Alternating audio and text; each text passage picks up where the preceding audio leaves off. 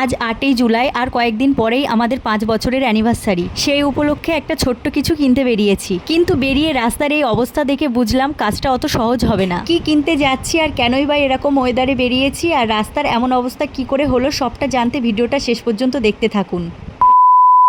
So hello everyone, welcome back to my another new vlog. আজ 8ই জুলাই 2026, আর মাত্র 3 দিন পরেই 11ই জুলাই আমাদের বিবাহের 5 বছর পূর্ণ হবে। সেই উপলক্ষে তোপার পাপা আমাকে একটা ছোট্ট গিফট দেবে, সেই জন্যই রেডি হয়ে বাইরে বেরিয়েছি। কিন্তু বাইরে বেরিয়েই রাস্তার অবস্থা দেখে চক্ষু চড়ক গাছ, মনে হচ্ছে সমুদ্র নদী পার করে আমাকে গিফট আনতে যেতে হবে। আসলে এই রাস্তাটি অনেক দিন ধরে এরকমই পড়েছিল, এখন এখানে ঢালাইয়ের কাজ হবে, মানে কাঁচা রাস্তা ছিল এখন পাকা রাস্তা হবে, তাই চারিদিকে এই অবস্থা। আর কিছুটা ওয়েদার খারাপের জন্য এমন রূপ ধারণ করেছে, মানে বর্ষার বৃষ্টির জন্য চারিদিকে জল কাদা থই থই, শুকনো থাকলে কিন্তু এমনটা হতো না। এরই মধ্যে কিন্তু আমরা পৌঁছে গিয়েছি রাজারহাট বাজারে। পৌঁছে আমি প্রথমে শ্রী বিউটি পার্লারে যাই আইব্রু করাতে। অনেকদিন যাবত ভেবে রেখেছিলাম বেরোলে আইব্রু করাবো, আসলে আমার তোফা হওয়ার পর থেকে আমি নিজেকে একদম সময় দিতে পারি না। তো যাই হোক, বাইরে বেরিয়ে দেখি ঝিরিঝিরি বৃষ্টি পড়ছে, আর এই বর্ষার সময় আমি যেখানে যাই ছাতা ক্যারি করি সাথে। এরপরেই আমরা চলে যাই আমাদের দ্বিতীয় গন্তব্যস্থল গিফট কেনার জন্য জুয়েলারি স্টোরে। আমরা গিয়েছিলাম রাজারহাট 211 মেন রোড বা কাঠগোলায় বিশ্বাস জুয়েলার্সে। আমি এর আগেও এখান থেকে কিন্তু কেনাকাটা করেছি। এই দোকানের প্রত্যেকটি মানুষের ব্যবহার কিন্তু খুবই ভালো।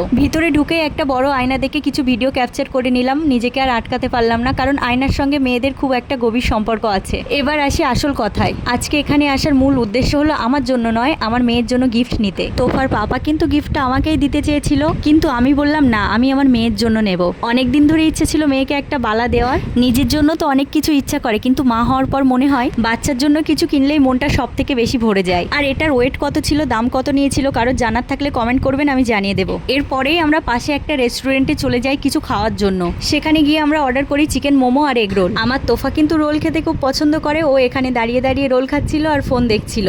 খাওয়া কমপ্লিট হয়ে গেলে পাশে বাজার কলকাতাতে চলে যায় তোফার জন্য কিছু কেনাকাটা করব বলে। আর এখানে আসলে কিন্তু তোফাকে কোলে রাখা যায় না, ও কোল থেকে নেমেই দৌড়াদৌড়ি শুরু করে দেয়। এই জামা ওই জামা সব নেবে আমাকে দেখায়। আর এই যে ও কোল থেকে নেমে কিন্তু পছন্দ করা শুরু করে দিয়েছে, একবার এটা দেখছে একবার ওটা দেখছে। এরপর ওখান থেকে তোফার জন্য 3টে ড্রেস কিনে নিয়ে নিচে চলে আসি বিল পেমেন্ট করার জন্য।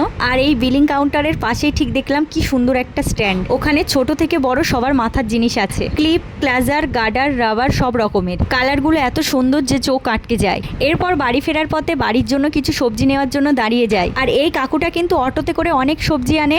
আর এই সবজির অটোটা আপনারা দেখতে পাবেন 211 বাস স্টপ থেকে নেমেই 91 রোডের এক সাইডে। আর এদিকে আমার টমেটো কিন্তু সবজির অটো থেকে একটা টমেটো চুরি করে নিয়েছে। আসলে সবজিওয়ালা কাকুই ওর হাতে দিয়েছিল, ও কান্নাকাটি করছিল তাই। সবজি নেওয়া হয়ে গেলে এবার বাড়ির উদ্দেশ্যে বেরিয়ে পড়ি। আর বাড়ি ফেরার পথে আবারও দেখলাম ঝিরিঝিরি বৃষ্টি পড়ছে। ছাতা যেহেতু ব্যাগের মধ্যে আমি ঢুকিয়ে দিয়েছি আর বার করার উপায় নেই, সেই জন্য ভাবলাম একটুখানি পথ, তাই তোফার মাথায় আমার ওড়নাটা দিয়ে দিয়েছি। কথা বলতে বলতে এরই মধ্যে আমরা বাড়িতে পৌঁছে যাই। আর বাড়ি ফিরে তোফার দুষ্টুমি আবার শুরু করে দেয়। তারপর বাড়ি ফিরেই বালাজোড়া ওর হাতে আমি দিয়ে দিই, কিন্তু ওর মধ্যে কোনো রিয়াকশন ছিল না। আসলে ও তো এখন অনেক ছোট, কিছুই বোঝে না। ওরা ইনোসেন্ট, বড় হয়ে যখন ও পড়বে তখন বুঝবে নিশ্চয়ই এটা মায়ের দেওয়া। আর তারপরেই এলো আজকের ভ্লগের সব থেকে সুন্দর মুহূর্ত।